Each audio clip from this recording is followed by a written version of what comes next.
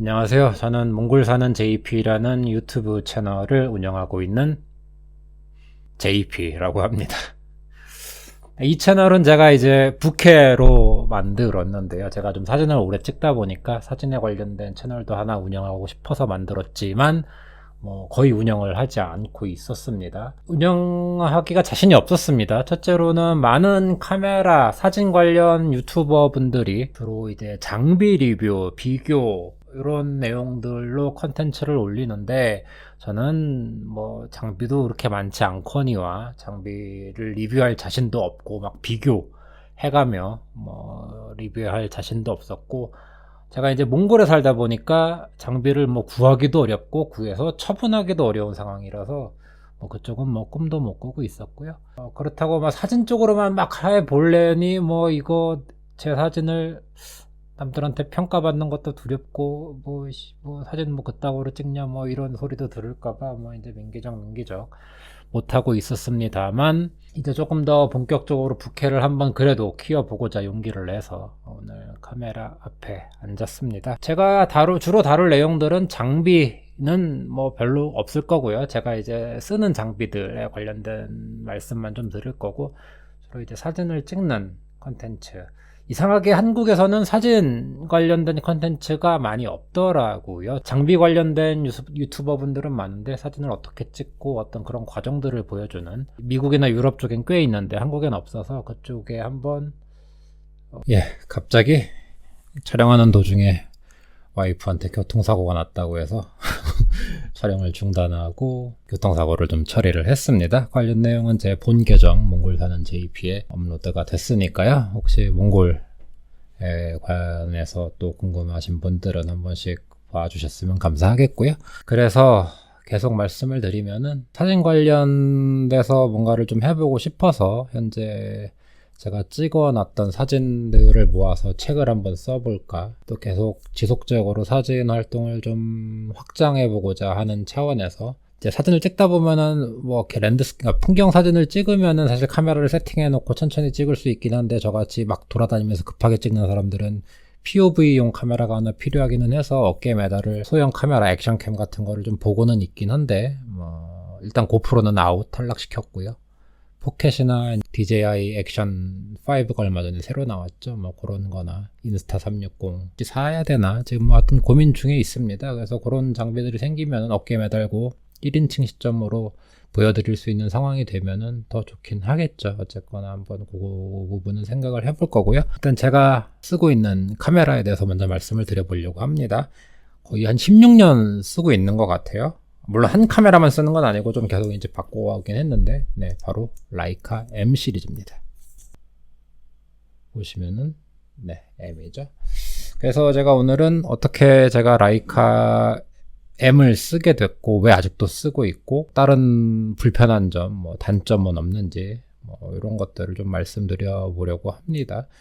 물론 라이카에 관해서는 유난히 논란이 많은 것 같아요. 라이카 허세론, 그 성능도 좋지 않고 그런 카메라를 그 돈 주고 사냐, 허세다 라고 하시는 분들부터 그에 대해서 나는 라이카를 왜 쓰냐, 헤리티지네, 빨간 딱지가 좋네, 디자인이 예쁘네, 화이트 밸런스가 일정하게 나오지 않는 걸 색감이 독특하네 라든가, 물론 색감이 독특한 부분은 분명히 있습니다만 어쨌든 잘못된 부분으로, 아니면은 앙리 까르띠에 브레송 같은 사진을 찍고 싶었더라든가, 역시 그 라이카를 쓰는 이유가 굉장히 허세스러운 장비가 비싸다고 다 허세라고 말씀드릴 수는 없는데 더라고요. 그래서 저는 조금 다른 입장이고 해서, 그리고 솔직히 말씀드리면은 그런 말씀하시는 분들은 다 사진이 아니라 카메라가 취미이신 분들이라서 어느 정도 허세로 장비를 쓰고 계시는 분들이라고 저는 판단을 하고 있거든요. 그래서 첫 번째로 제가 라이카를 쓰게 된 이유를 먼저 말씀을 드리겠습니다. 일단 제가 먼저 그 전에 라이카를 처음 쓰기 전에 썼던 카메라가 니콘 카메라였습니다. 니콘 F100.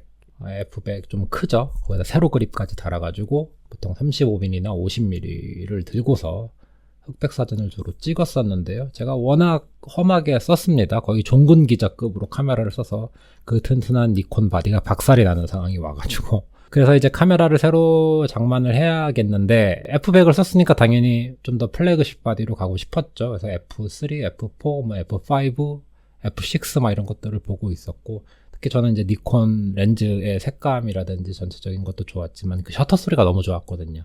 캐논 셔터 소리는 그래서 한참 보고 있는데, 그때 당시에 친하게 지내고 있던 사진학과 형이 한 분 계셨어요. 그분이 야, 너 같은 사진 찍는데 굳이 그런 거 살 필요 있어? 뭐 35mm, 50mm 단렌즈만 쓰면서 굳이 그걸 쓰느냐?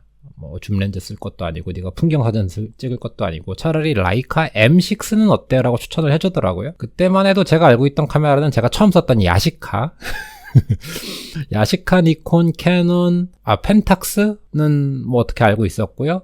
그리고 올림푸스 같은 경우는 그 하프 카메라 있죠? 펜 22 카메라, 그건 저도 갖고 있었고, 그리고 당시에 좀 유행했던 로모 카메라, 뭐 그 정도 말고는 잘 몰랐어요. 무슨 카메라가 있는지도 모르고, 뭐 줌렌즈가 뭐고, 전 줌렌즈를 써본 적이 없으니까 그 정도로 카메라에 무지할 때라서 당연히 라이카는 몰랐고요. 독일 카메라란다 해가지고 그래요? 알아서 한번 보죠 뭐 해서 충무로에 한번 물건을 보러 갔어요. 근데 참 굉장히 뭐랄까 기괴한 카메라로 저한테는 느껴졌습니다. 제가 그때만 해도 좋아하던 바디, 아까 말씀드렸지만 정말 니콘의 그 정말 튼튼해 보이는 F5, F6 뭐 이런 것들, F100을 실제로도 썼었고, 그런 카메라를 보다가 갑자기 이런 카메라를 보니까 저는 야씨 이게 뭐야? 굉장히 옛날 카메라 같은데 지금 써도 되는 거야? 라는 느낌을 받았죠. 이제 이건 M10이고요. M6를 보고 이제 그런 느낌을 받았으니까. 근데 굉장히 작은 사이즈는 마음에 들었어요. 사이즈가 굉장히 작아서 사이즈는 굉장히 괜찮네. 근데 이제 들어보니까 생각보다 굉장히 묵직하고, 셔터 소리도 굉장히 조용해서, 그 전까지만 해도 니콘 철컹철컹하는 니콘 셔터 소리가 굉장히 좋았었는데, 이거 같은 경우에는 셔터 소리도 굉장히 정숙합니다. M6 셔터 소리는 이거보다 더 조용했던 것 같긴 한데, 어쨌거나 이런 식 셔터도 마음에 들었고, 사이즈가 너무 작은 거예요. 그래서 고민을 하다가 그때 좀 주식이 좀 잘 된 게 하나 있어가지고 M6를 사게 됩니다. 제가 처음 라이카를 쓰게 된 계기는 정말, 그러니까 디자인이라고 얘기해도 무방할 것 같은데 그보다는 크기죠. 사이즈. 정말 작은 요 사이즈. 사람들이 저를 의식하지 않을 수 있겠구나. 사진 찍는데 편하게 찍을 수 있겠구나. 소리도 좀 조용하고. 그것 때문에 라이카를 골랐습니다. 물론 비싸긴 했지만 뭐 나름 만듦새도 굉장히 완성도가 있었고, 그래서 처음 제가 라이카를 잡은 거는 M6 TTL에다가 50mm 렌즈였을 거예요. 지금 기억도 안 나는데 그게 한 2008년도 정도 됐으니까. 라이카를 쓰고 지금도 M9을 거쳐서 M10을 지금 7년째 쓰고 있습니다. 그래서 그렇게 라이카를 잡고 쓰다 보니까 불편하지 않냐? 다 수동이고 한데, 근데 저는 뭐 어차피 FM2 쓰고 20년 넘게 찍으면서 오토포커스 되는 카메라를 쓴 게 얼마 안 돼요. 거의 다 수동 카메라였기 때문에 수동에 대한 불만은 없었고, 쓰다 보니까 이게 렌즈 때문에 다른 브랜드를 못 쓰겠더라고요. 일단 이것도 뭐 아까 말씀드린 크기랑 유사한 건데, 사이즈가 이게 35mm 1.4 주미륵스라는 렌즈입니다. 사이즈가 정말 작죠. 자, 앞에 후드도 빼버릴게요. 자, 이게 후드를 뺀 렌즈 딱 사이즈입니다. 이게 아무리 수동 렌즈, 오토포커스 모터가 없고 하다는 점을 고려하더라도 사이즈가 정말 작습니다. 그러니까 이런 렌즈를 쓰는데 그 렌즈에서 뿜어져 나오는 사진 퀄리티는 다른 브랜드가 쫓아올 수 없을 정도로 굉장히 뛰어난 결과물을 보여줬거든요.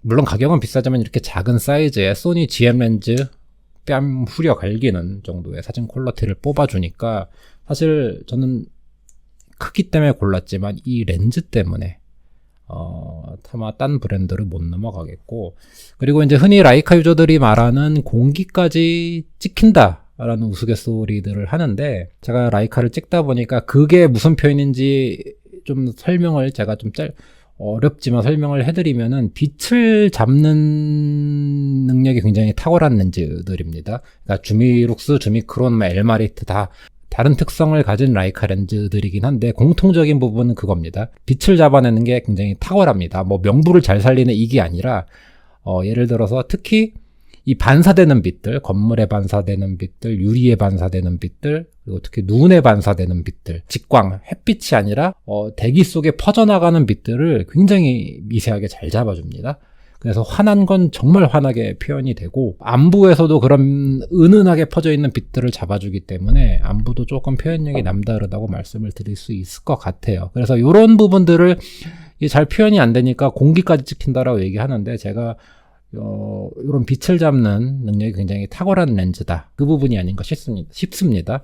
근데 그 부분이 정말 제가 이제 많이 써보진 않았지만 타 브랜드 렌즈들을 정말 비교될 정도로 탁월하게 잡아줍니다. 오히려 빛을 눌러주고 있는 듯한 결과물을 뽑아주지 이렇게까지 이렇게 빛이 공기 중에 퍼지는 느낌을 잘 잡아주는 렌즈는 라이카 말고는 아직 못 봤습니다. 그게 제가 라이카를 쓰는 가장 큰 이유입니다.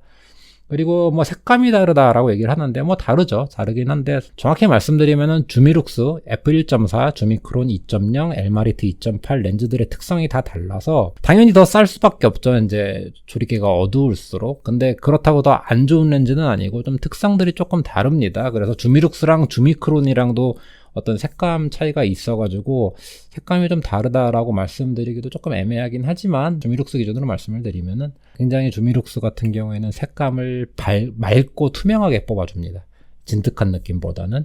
그럼 맑고 투명한 느낌에다 아까 제가 말씀드렸던 빛을, 공기 중에 퍼져 있는 빛을 잡아주는 그런 렌즈의 능력 때문에, 특성 때문에 굉장히 만족할 만한 색감을 보여주고 있고요. M을 쓰면서도 다른 카메라 안 썼겠습니까? 특히 이제 안 썼었는데 몽골 오면서 좀 라이카 M이 가진 한계 제가 일단 말씀드리겠지만, 그렇기 때문에 뭐 소니 바디도 한 3개 정도 써보고 후지 GFX 중형 카메라도 써봤는데 결국 다 때려치고 라이카 SL2로, 제가 이거 말고 세컨 바디로 SL2가 있습니다만 넘어온 이유는 다 이유가 있습니다. 그 렌즈의 느낌을 다른 브랜드들이 따라오지 못하는 것 같아요. 그게 뭐 코팅 때문인지 아니면 렌즈에 쓰이는 광학 재료가 다른 건지 설계의 문제인지 뭐 정확히 뭐 제가 거기까지는 모르겠습니다만 그 렌즈의 그러한 특성 때문에 제가 아직까지도 쓰고 있다라고 말씀을. 그리고 세 번째는 뭐 그렇게 중요하진 않은데, 그리고 다음 장점으로는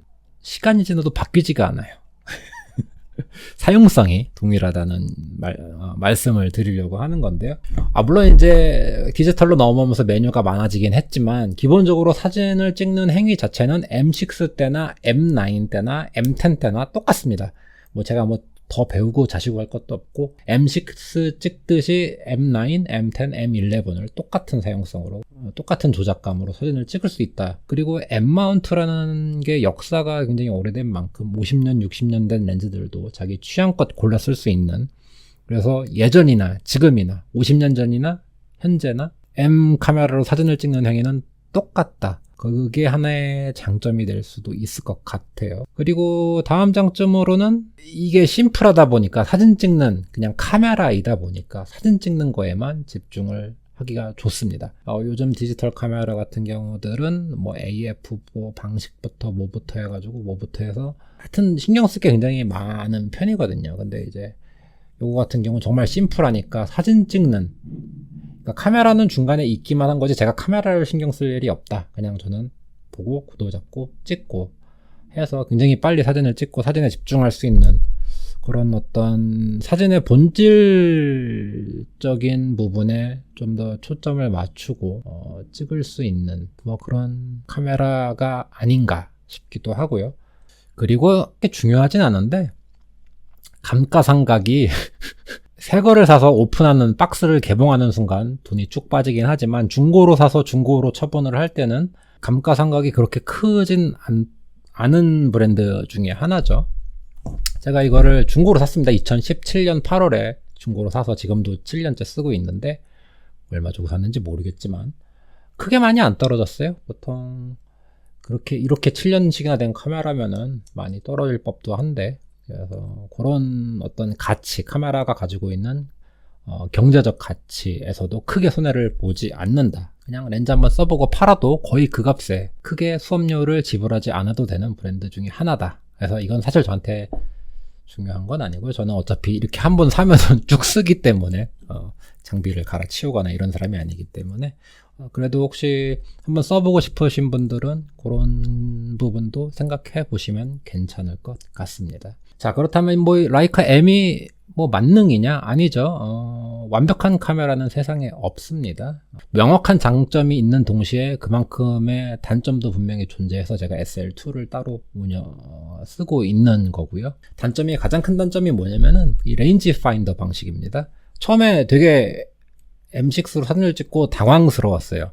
내가 이렇게 구도를 잡고 찍은 게 아닌데 좀 이상하다? 그럴 수밖에 없는 게 일반적인 SLR 그 시절에는, 그리고 요즘 이제 DSLR, 미러리스 다 공통적으로 뷰파인더를 통해서 보는 이미지는 다 렌즈를 통해서 들어오는 이미지를 보거든요. 이제 여기가 미러가 있느냐 아니면 전자식 뷰파인더로 보느냐의 차이일 뿐이지 다 기본적으로 렌즈를 통해서 들어오는 이미지를 뷰파인더로 봅니다. 근데 이제 레인지 파인더 같은 경우에는 자, 이제 뷰파인더가 여기 있죠. 뷰파인더가 여기 있는데 여기는 요 광학식 뷰파인더, 여기를 통해서 이렇게 보는 겁니다. 렌즈에 들어오는 이미지랑은 전혀 상관이 없이 요 유리를 통해서 보는 거기 때문에, 자, 렌즈는 여기 있죠. 그래서 이 시차가 발생합니다. 시차가 발생을 해서 지금도 그렇지만 구도 잡을 때 조금 이상할 때가 있긴 해요. 그래도 이제 뭐 기술의 발전으로 인해서 지금 라이브 뷰로 하면은 조금 더 정확하게 구도를 잡고 찍을 수 있어서 저도 이제 종종 라이브 뷰를 애용하긴 합니다만, 이거 처음에 적응하는 게 굉장히 힘들었어요. 그러니까 처음으로 이제 라이카 엠바디를 접하시는 분들은 그 특성을 먼저 알아두시는 게 좋을 것 같습니다. 여기 유리로 들어오는 거랑 렌즈로 들어오는 거랑 시차가 존재한다. 똑같은 그림이 아니다.